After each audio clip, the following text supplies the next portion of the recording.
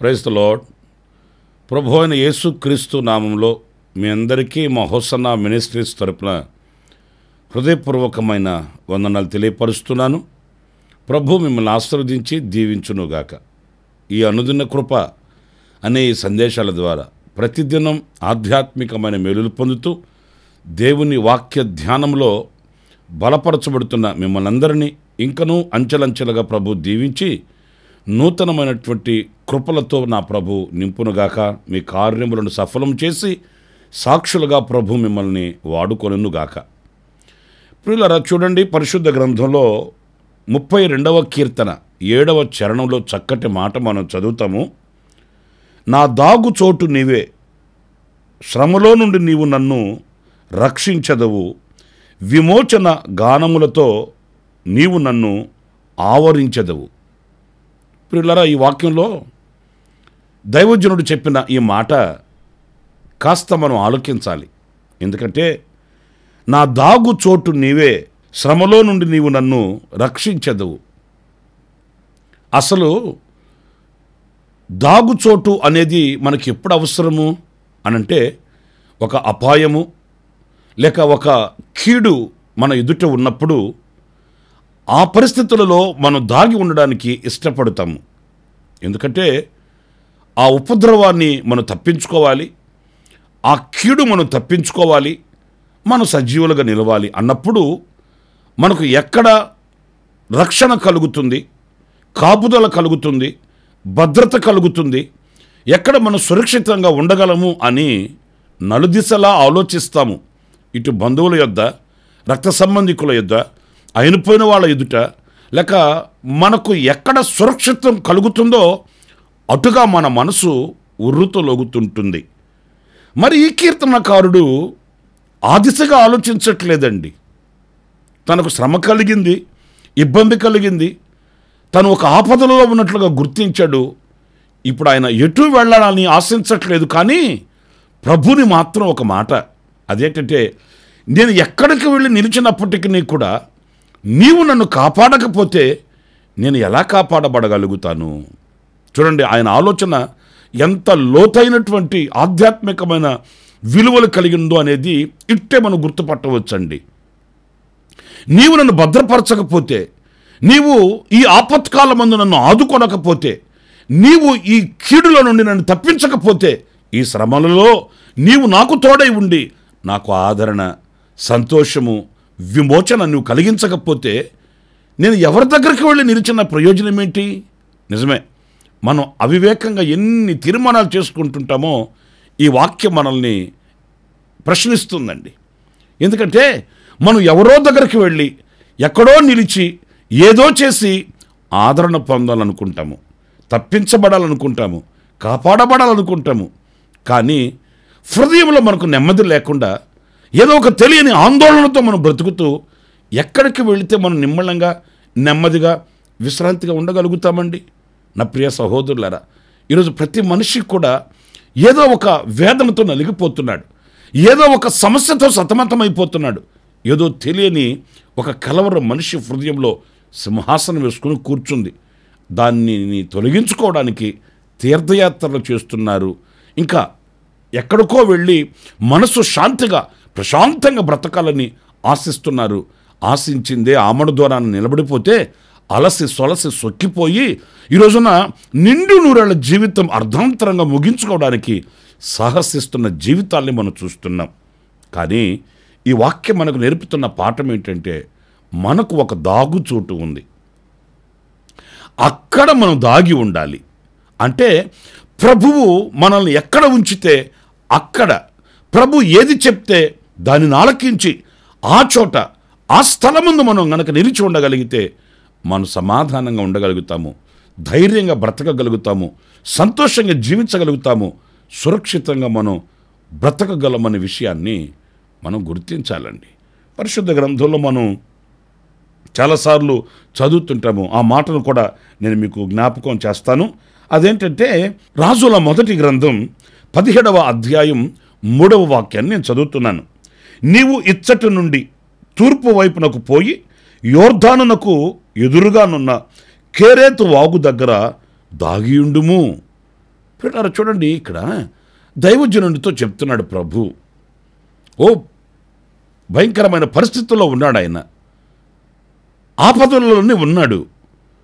ఆ దైవజనుడితో ప్రభు చెప్తున్నాడు, ఈ యోర్దానికి ఎదురుగానున్న కేరేతు వాగు దగ్గరికి వెళ్ళి అక్కడ దాగి ఉండు. నేను అంటాను, వాక్యులు మనం చదివినప్పుడు ఆ వాగు దగ్గరికి వెళితే అతనిని ఎవరు పోషిస్తారు?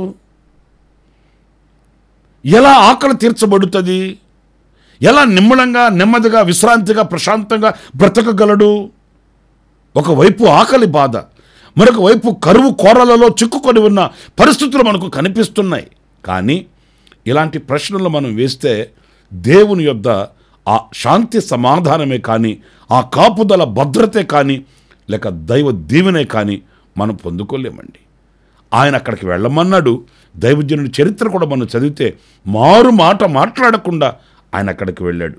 పిల్లల ఆశ్చర్యమైన అద్భుతం ఏంటంటే, అక్కడ ఎలా ఆయన దాచబడిన వాడై ఎలా పోషించబడ్డాడు అనేది చరిత్రలో ఎప్పటికీ కూడా ఒక ఆశ్చర్యాన్ని కలిగిస్తుంది. కేరేతు వాగు దగ్గర ఆయన ఉన్నప్పుడు కాకులు అతనిని పోషించేయంటండి ఆ వాగు దగ్గర. పిల్లల మీరు ఎప్పుడైనా చరిత్రలో మీరు చూసారా పక్షుల చేత పోషింపబడిన వ్యక్తుల్ని? పక్షులు అతనిని పోషించి అతనిని సంరక్షించేయండి. మరి ఆనాడు అద్భుతాలు చేసిన దేవుడు ఈనాడు మన బ్రతుకులలో ఎందుకు ఆయన ఆశ్చర్యమైన కార్యాలు చేయడు? ఆయన ఉండమన్న చోట మనం నిలిస్తే, ఆయన మనకు చూయించిన చోట మనం బ్రతకగలిగితే, ఆయన చిత్తాన్ని గుర్తించి ఆయన నడిపింపుకి శిరస్సు వంచి ఆయన చేతిని మనం పట్టుకోగలిగితే, అది ఎండిన ఎడారే కావచ్చు, లేక నిశీధులో కావచ్చు, నిర్మానుషమైనటువంటి ఒక ఎడారి ప్రాంతమే ఎక్కడైనప్పటికీ కూడా నా ప్రియ సహోదరులారా, మనం ప్రశాంతంగా పోషించబడతాము, నిమ్మలంగా నెమ్మదిగా బ్రతకగలుగుతాము. మనం ఆయన కొరకు సాక్షిగా మనం బ్రతకగలుగుతాం. చూడండి, దైవజనుడు ఆ కేరేతు వాగు దగ్గర ఉన్నప్పుడు ఆయన కూడా కాకోలములు నన్ను ఎలా పోషిస్తాయి, ఈ కాకులు తీసుకుని వచ్చే వాటిని నేను తినచ్చా తినకూడదా, అలాగా ఏమీ సందేహించలేదు. ఎందుకంటే ఆయన నీడలో ఉన్నాడు, దేవుడు ఆయనను దాచి ఉంచాడు, దేవుడు ఆయనను దాగి ఉండమన్నాడు. ఆ దాగి ఉన్న అనుభవాలలో పోషించబడే ఆ వినూత్నమైన విధానం అది ఎంతో రమ్యంగా ఉంటుంది, ఆధ్యాత్మికమైన విలువల్ని మనకు కలిగిస్తుంది.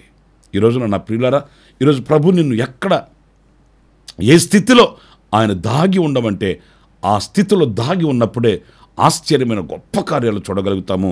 దేవుని కొరకు వినూత్నమైన విజయంతో కూడిన శక్తి కలిగిన సాక్షులుగా మనం బ్రతకగలుగుతామనే విషయాన్ని మీరు మర్చిపోకండి.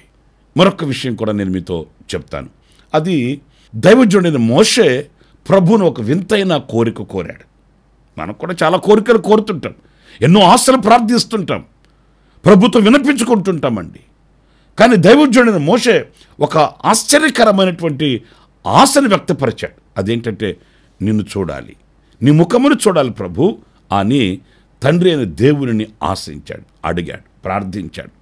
ప్రియులారా, అక్కడ మనం చదివితే ఏం రాయబడి ఉంది చూడండి. నిర్గమాకాండం 33వ అధ్యాయం 22వ వాక్యాన్ని నేను చదువుతున్నానండి. నా మహిమ నిన్ను దాటి వెళుచుండగా ఆ బండ సందులలో నిన్ను ఉంచి, నిన్ను దాటి వెళ్ళు వరకు నా చేతితో నిన్ను కప్పెదను. ఆ బండ సందులలో నిన్ను ఉంచి అంటే ఆ బండ సందులలో నిన్ను దాచి, నిన్ను దాటి వెళ్ళు వరకు నా చేతిలో నిన్ను కప్పుతాను.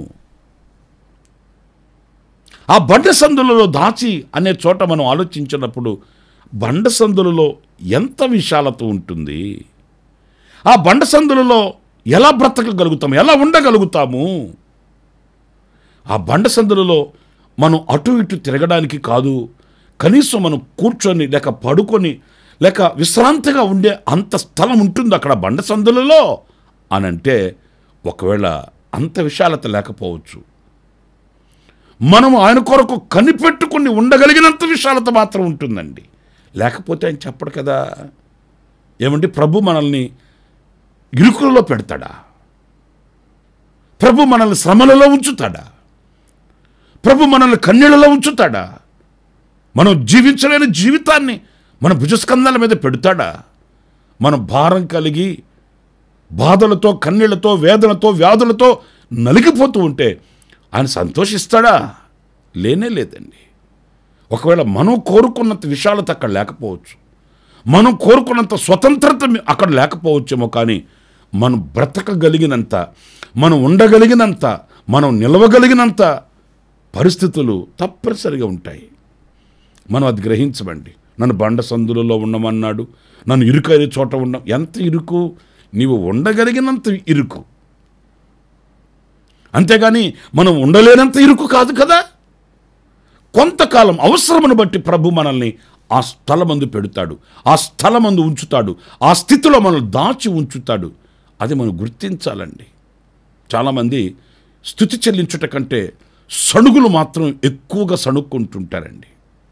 దేవుని వాక్యం అంటుంది, ఏ స్థితిలో ప్రభు మనల్ని ఉంచితే ఆ స్థితిలో కృతజ్ఞత కలిగిన వారమై ఉండాలట, ఆ స్థితిలో నమ్మకంగా ఉండాలట. అప్పుడే మనం దేవుని దీవెనలకు పాత్రులమయ్యేది. కానీ చాలామంది అలా కాదు.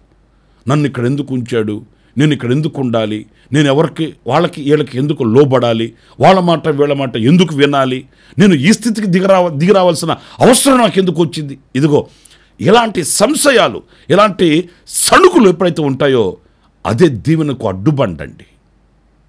ఇంత గొప్ప దైవజనుడైన మోషే ఆ బండ సందులోకి వెళ్ళమంటే ఆయన ఏమీ మాట్లాడకుండా అలాగే వెళ్ళాడండి.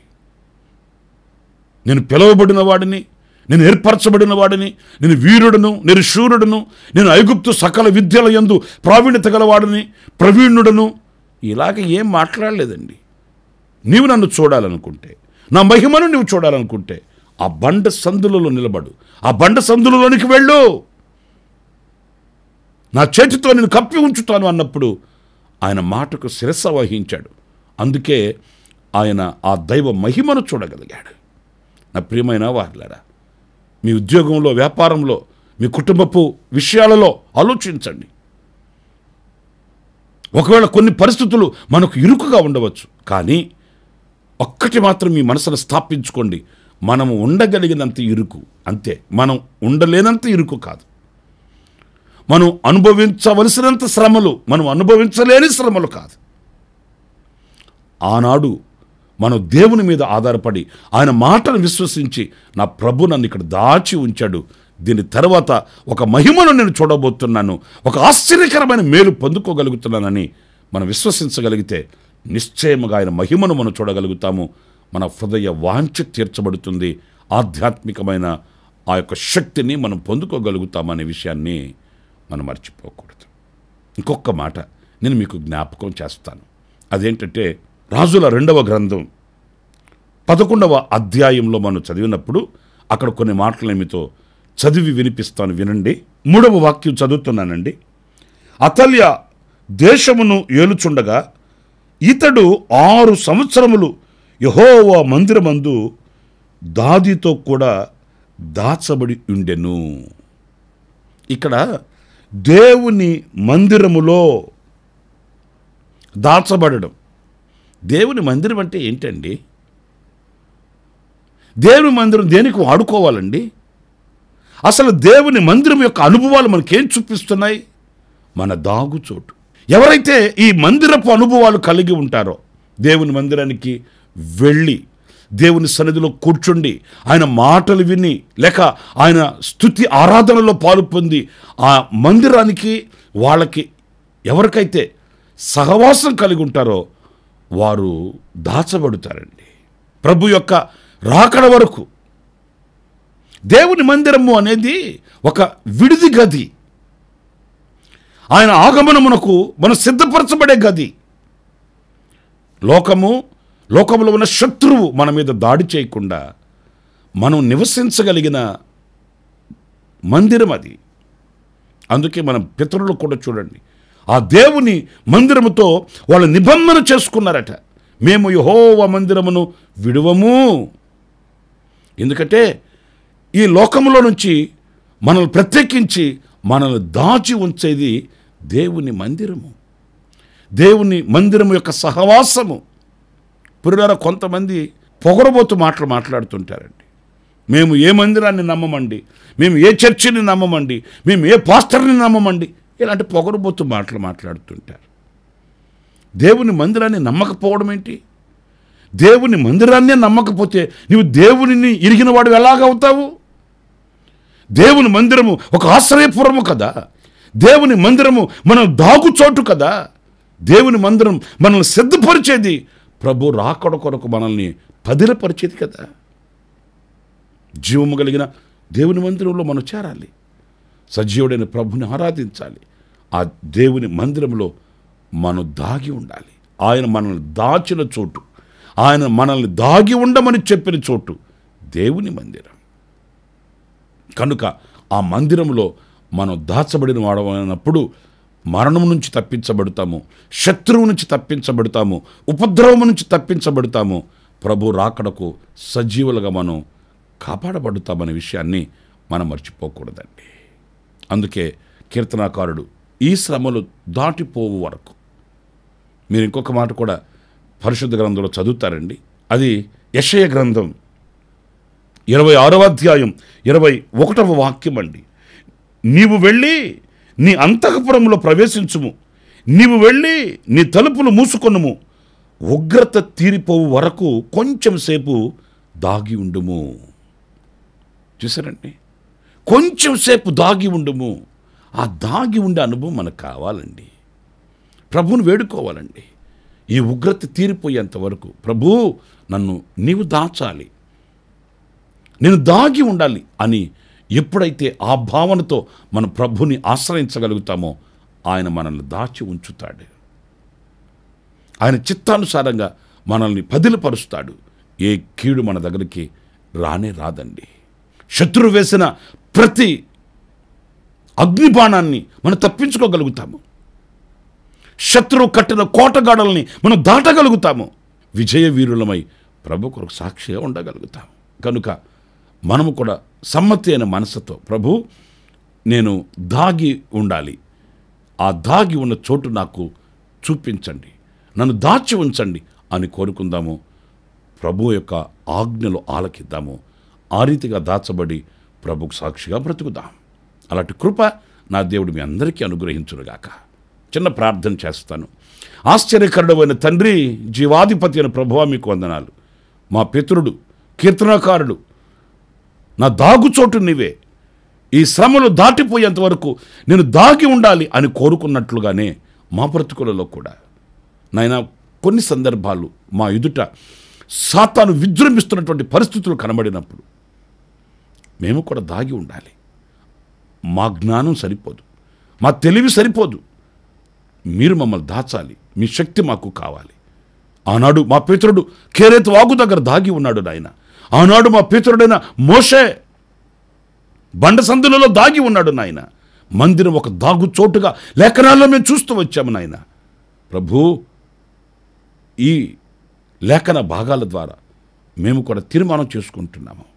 మీరు మమ్మల్ని ఎక్కడ దాచినా అక్కడ దాచబడిన వారమై, దాగిన వారమై, సజీవుగా సాక్షిగా ఉండేటకు సహాయం చేయమని మమ్మల్ని ఒక్కొక్కరిని ఇచ్చటకు సమర్పించుకుంటూ యేసు ప్రశస్త నామములో ప్రార్థన చేసి వేడుకొనుచున్నాను తండ్రి.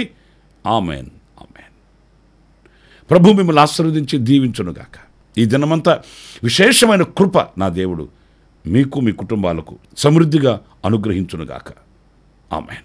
ప్రియులారా, ఈ అనుదిన కృప అనే ఈ క్లుప్త సందేశాలని ఇంకా మీ స్నేహితులకు, బంధుమిత్రాదులకు, ఇరుగు పొరుగు వారికి, మీకు తెలిసిన వారికి షేర్ చేయండి, తెలియపరచండి.